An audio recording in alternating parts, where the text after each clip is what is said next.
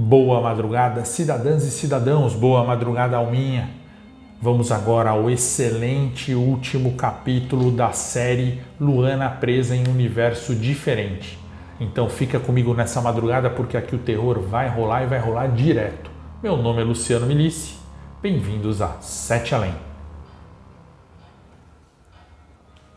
Parei em uma banca e comprei roupas diferentes, precisava fugir e maximizar meu tempo viva. Segui pelas ruas completamente perdida e sem esperanças. Já não havia mais o que fazer além de esperar e andar. As pessoas não ligavam muito em denunciar ou procurar os fugitivos como eu, mas gostavam de bradar um falso moralismo sobre o absurdo que era a pessoa fugir da obrigação patriótica de morrer pelo Brasil. 2 dias morando em uma pensão horrível, e eu fui até a casa dele, daquele garoto, o garoto que havia chegado do nada e trazido soluções tecnológicas que estavam revolucionando aquele mundo nos últimos anos, pois eu desconfiava que sim, ele era, como eu, um visitante de outro universo. Peguei ônibus e andei bastante até o bairro onde esse garoto morava. Havia uma mansão e, na verdade, um portão de ferro. Eu fui barrada nesse portão de entrada por um porteiro. Ele veio até mim e disse: "O patrão não recebe ninguém, ele não gosta de visitas." Eu pedi que ele desse um recado ao patrão dele, dizendo que eu tinha vindo do mesmo lugar que ele. O porteiro foi até o telefone da guarita. Eu me aproximei e ouvi o próprio porteiro falando baixinho assim: "Oi, tem recompensa se eu denunciar fugitivos? Porque tem uma aqui na porta, mas eu só vou denunciar se vocês me pagarem." No momento em que eu vi aquilo, pensei em fugir, mas nesse exato minuto alguém vindo da casa gritou: "Raimundo, desliga essa merda e deixa a convidada entrar." Olhei e era um rapaz de uns 20 anos, um pouco acima do peso, com roupão. Contrariado, o porteiro abriu o portão e eu entrei. Então o anfitrião falou para o porteiro: "Se você ligar novamente para denunciar essa moça, eu vou mandar matar você e todo mundo que você conhece." Naquele instante eu estranhei, porque eu pensei que ele subornaria o porteiro ou daria uma ordem simples, como acontece no nosso mundo. Mas parece que naquele mundo o medo era a moeda de troca. Eu me aproximei do rapaz e ele veio me abraçar. Foi um abraço exagerado e até meio abusivo. Então ele disse: "É Luana, né? Vem, entra." Eu entrei e conversamos em sua sala. Ele era muito rico. Ele não tinha se associado com o superintendente, mas sim com os governantes do Brasil. Ele também disse que todos os poderosos dos países sabiam dos visitantes de outra dimensão. Ele falou que a versão dele neste mundo já tinha morrido antes até dele vir, e ele explicou: "Eu era um simples programador de banco. Eu manjava de tudo de uma linguagem específica. Eu vivia para estudar essa linguagem desde criancinha. É um troço antigo que eu gosto muito de fazer e que lá no nosso mundo é batido." Mas aí, do nada, eu fui no banheiro do próprio banco e apareci em um prédio vazio, aqui perto mesmo. Eu demorei uns 5 dias para entender e sobreviver nesse mundo, mas eu sempre gostei de ficção científica e esses assuntos. Então eu deduzi que isso aqui é tipo Sete Além. Já ouviu falar em Sete Além? Eu respondi para ele que não, eu nunca tinha ouvido falar. E ele falou: "Sete Além é tipo uma lenda lá na Terra, eu acho, não sei. Sei que aqui não é Sete Além. É um universo paralelo, eu acho, mas não sei se faz parte de Sete Além, eu não sei de nada. Só sei que não dá para voltar mais para casa, eu já tentei." E eu descobri que os sistemas daqui de tecnologia são muito ruins. Esse povo aqui é muito precário. Eles são muito bons em algumas coisas de tecnologia que a gente nem sonha, porém a gente é melhor que eles em outras, que eles são péssimos. E coincidentemente, eu sou especialista nessas que eles são péssimos. Então, eu tenho conhecimento e quem tem conhecimento é rei. Só que, claro, antes de tudo isso, eu fui pego pelas autoridades, eu fugi dos motoristas. Você já conheceu os motoristas, né? Eu lembrei daquele motorista de aplicativo que me perseguia desde o meu universo, aquele louco que matou o meu chefe. Eu não respondi nada e ele falou: você tá perdida, né, filha? Olha só, se o motorista te pegar, ele vai te matar. Eles não querem e não admitem pessoas de um universo no outro. Mais ou menos isso. Você acredita que aqui eles nunca ouviram falar em Elis Regina? É sério. E aqui eles não têm Los Hermanos. Bom, isso eu acho que é uma coisa boa. Você sabia que, pra gente, a Idade Média começou lá pelos anos 400 e terminou em 1400? Ou 1500, mais ou menos. Mas para eles aqui nesse mundo, a Idade Média foi até 1700? Isso mesmo, eles ficaram cerca de 200 anos a mais que a gente na obscuridade, matando em nome da igreja e proibindo a ciência. Em compensação, você sabia que a escravidão negra aqui durou menos tempo? É estranho, né? Um povo tão cruel e teve menos escravidão do que o nosso povo. Deixa eu te perguntar, Luana, como está o nosso mundo? Quem ganhou o Oscar nos últimos anos, você sabe? Aqui não tem Oscar, sabia? E a última Copa do Mundo deu Brasil? Quais são os filmes da Marvel? Me conta, Luana, por favor.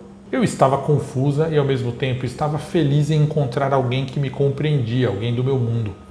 E também eu estava um pouco arrasada em saber que não teria mais como voltar. Eu precisaria viver e me acostumar com aquele mundo deformado. Chorei e perguntei: você sabe o porquê da gente vir para cá? Por que nós fomos escolhidos? Ele se aproximou e falou: nossa, fazia tempo que eu não via alguém chorando assim. Olha, não sei o motivo, mas acho que a gente tem que se unir e tem que usar a nossa inteligência para sermos valorizados aqui. Você só precisa falar com alguém, com alguma autoridade que possa te ajudar, como eu fiz. Eu sei que eles acabam prejudicando viajantes de outro universo que querem tirar vantagem sozinhos. Não é esse o seu caso, é? Eu disse, obviamente, que não, e ele falou assim: tenta listar para mim, Luana, algo de útil, algum aprendizado, alguma tecnologia. Isso vai facilitar para eu te apresentar para as pessoas certas. Eu vou preparar um quarto, você pode ficar hospedada aqui, fazer o que quiser aqui na minha casa. Vou deixar algo lá para você escrever e faz como eu te falei, anota tudo que você puder. Eu achei interessante o fato dele ter me pedido a mesma coisa que o superintendente. Eu agradeci. A casa dele era enorme, ele tinha empregados e conforto. O engraçado é que o rapaz, que eu prefiro não dizer o nome, já estava até absorvendo alguns costumes daquele mundo. Tomei um ótimo banho e quando fui para o meu quarto, que ele tinha me designado, havia roupas novas, limpas, tinha um computador com um processador de texto antiquado instalado. No alto da página desse processador estava escrito assim: Luana, escreva tudo o que você sabe. Respirei fundo e comecei a escrever.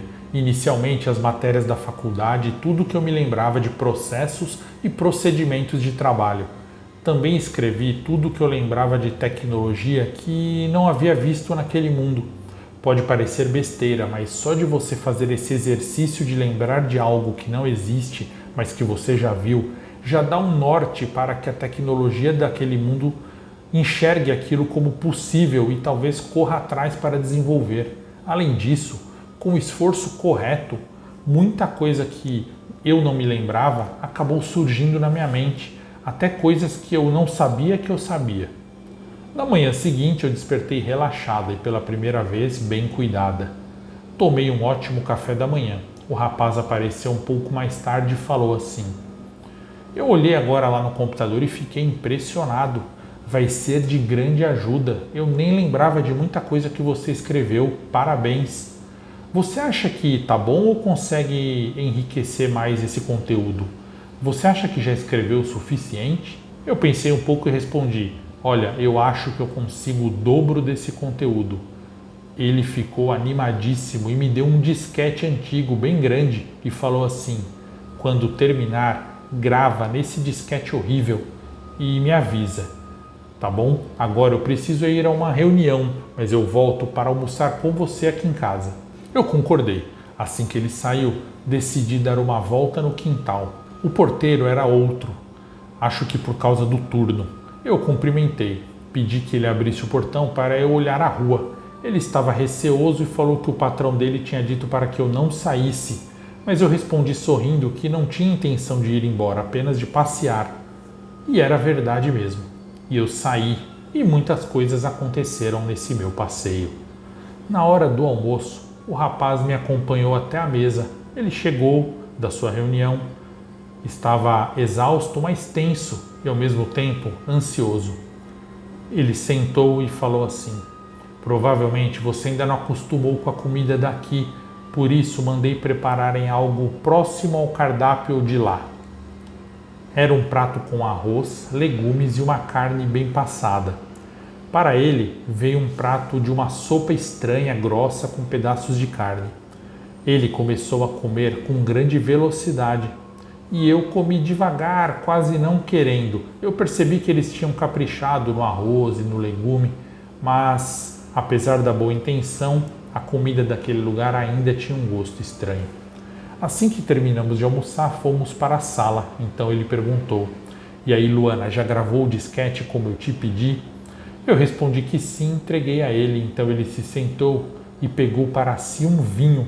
Minutos depois, a campainha tocou e um empregado abriu a porta. Para o meu terror, entraram o superintendente e o meu irmão, Ariel, além de 2 policiais. Eu me assustei, tentei me levantar, mas eu estava fraca. E o rapaz falou: Luana, você é idiota? É óbvio que eu não ia dividir fama nenhuma com você, e nem grana. Tudo que você listou de aprendizado, eu vou correr atrás sozinho, com um bando de técnicos ruins que eu tenho contratado aqui. Eu não preciso de você, eu tenho empresas. Eu me levantei do sofá completamente tonta e ele explicou: eu batizei a sua comida, você vai desmaiar em uns 7 minutos. Eu só não coloquei veneno porque as pessoas aqui da cidade precisam assistir à sua execução. Olha só, Luana, obrigado pelo disquete, tá bom? Sua otária. Tentei correr e sair pela porta e consegui, pois eles não tentaram nem se esforçar para me pegar, pois sabiam que eu ia desmaiar dali a alguns segundos. Eu ficava caindo e me levantando no jardim, na parte externa, indo em direção ao portão de ferro que levava para a rua. Eu me levantava, corria e caía no quintal. Levantava, corria e caía. Eles vieram atrás de mim andando e rindo. Meu irmão falou: você sabia que o papai ficou aleijado? Você sabe o que acontece com os aleijados aqui? A culpa é sua. Quem diria que você é de outro universo? Eu nunca pensei nisso. Eu parei de correr e me levantei. Então eu falei assim: o disquete tá vazio. O rapaz franziu a testa e me perguntou: o que disse? E eu falei: eu apaguei tudo que eu tinha escrito no disquete e gravei um arquivo em branco. O superintendente olhou feio para ele e eu continuei falando: hoje cedo você saiu para ir numa reunião, provavelmente com eles 2, né? Eu saí para andar na rua e um homem veio falar comigo. Era o motorista que anda me perseguindo nesses dias. Eu estava morrendo de medo dele. Eu pensava que ele era mau e você era bom, mas ele teve tempo e me disse tudo. Ele disse que estava sem o carro dele naquele momento, mas deixou clara a intenção de vocês aqui, que é me matar, que vocês jamais fariam parceria com alguém. E isso era indicado pela velocidade e pressa que vocês tinham para que eu anotasse tudo. Ele falou que não haveria parceria ou solidariedade nenhuma aqui entre vocês. Por isso, eu entendi e acreditei nele. E voltei e apaguei o arquivo. Se eu vou morrer agora, vou morrer sem te ajudar em nada. Quem é que é otário agora? O rapaz me ouviu de olhos arregalados e começou a gritar. O superintendente e o meu irmão vieram em minha direção para me pegar e o homem falou assim: Não importa, Luana. Vamos entregar você para as autoridades agora. Você causou muitos danos na minha empresa e também na sua família. Você não é uma boa cidadã. Exatamente nesse instante, sem eu esperar, ouvi uma buzina. Olhei para trás e era o motorista. Ele tinha recuperado seu carro. Nesse instante, ele derrubou o portão e, numa só leva, atropelou o superintendente e o meu irmão. Então, ele abriu a porta do carro, desceu, me pegou no colo e me colocou no banco de trás. O rapaz ficou gritando. O motorista falou assim: agora vamos ver se eu consigo te levar para a sua casa, mas eu acho que pode ser tarde demais, porque provavelmente você já se mesclou ao padrão de vibração desse universo. E se isso for verdade, será a pior das coisas. E eu, muito zonza, respondi: por favor, me promete, se não der para me levar para casa, me mate. Ele não falou nada, ligou o carro novamente, engatou a marcha ré para sair, mas eu falei assim: espera, antes, por favor, termina o serviço aqui. Ele olhou para mim e falou: como assim? E eu apontei apenas com o olhar para a frente. Então ele sorriu e respondeu: com todo o prazer. Rapidamente ele acelerou o carro com muita força e acertou o rapaz, que voou longe e caiu praticamente dentro de sua mansão. Acredito que deva ter morrido. Então ele deu ré, passando por cima do superintendente e de Ariel, e foi para a rua. Saiu em grande velocidade. Enquanto ele dirigia seu carro, luzes piscavam dentro do veículo, como se uma lâmpada falhasse, e ele corria muito e o meu ouvido zumbia. Era estranho, nunca tinha sentido aquela sensação dentro de um carro. E ele falou: olha, pode ser que dê certo, Luana. Se não der, eu não sei se terei coragem de te matar. Vou ter que te deixar em algum lugar seguro. Essa é a função de nós, motoristas. Eu perguntei: quanto tempo vai levar para nós sabermos se deu certo? Ele foi diminuindo a velocidade do carro, encostou numa calçada e falou assim: pode descer, chegamos. Muito fraca, eu olhei pelo vidro e realmente estávamos de volta ao meu mundo. Estávamos em frente a um parque conhecido da cidade. E ele falou assim: conseguimos mesmo. O carro alinhou você de volta na frequência vibratória deste mundo aqui.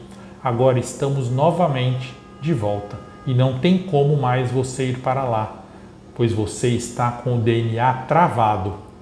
Faz uns dias que você sumiu para eles aqui, viu? Então as pessoas vão perguntar de você e o que aconteceu. Você vai ter que ser criativa e inventar alguma coisa.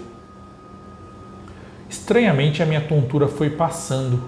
Milagrosamente, eu fui voltando ao normal. Antes de sair do carro, eu pedi perdão ao motorista por não ter ouvido. Teria sido tudo muito mais fácil se desde o começo eu tivesse acreditado nele e entrado no carro. Mas com o histórico de violência do nosso mundo, como que eu poderia acreditar num louco querendo me dar carona? E ele pediu: Luana, conte às pessoas para que elas não façam como você. Caso um de nós motoristas tentemos trazê-las de volta para cá, diga para eles confiarem, mas isso apenas se essas pessoas estiverem em outra dimensão. Agora, tenha uma boa vida, Luana, foi um prazer. Eu desci pensando, até que ele é um rapaz simpático. E ele arrancou o carro rápido e virou numa esquina que geralmente carros não entram. Eu caí sentada no chão e comecei a chorar. Imediatamente fui socorrida por estranhos. Eu estava sem documentos, mas eles me levaram para a delegacia e algumas horas depois eu já estava em casa, com a minha irmã e os meus pais amorosos. Para todos os efeitos, eu tive uma confusão mental. Atualmente estou passando por psicólogos, mas eu sei bem o que enfrentei. O multiverso existe, gente. Por algum motivo, indivíduos viajam constantemente entre os mundos. Eu fui para uma versão ruim da nossa Terra. É uma história que eu nunca vou esquecer. Contarei até para os meus netos, porque foi terrível. Eu continuo na faculdade e no emprego, mas agora eu sou uma pessoa mais assustada. Às vezes tenho pesadelo com tudo o que eu vivi, mas dou graças a Deus por ter sobrevivido. Por isso, eu deixo um conselho.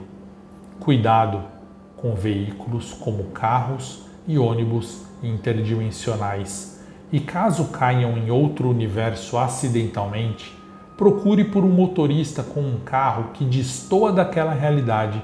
Ele poderá ser sua única saída de um pesadelo. Sejam felizes. Beijos, Luana.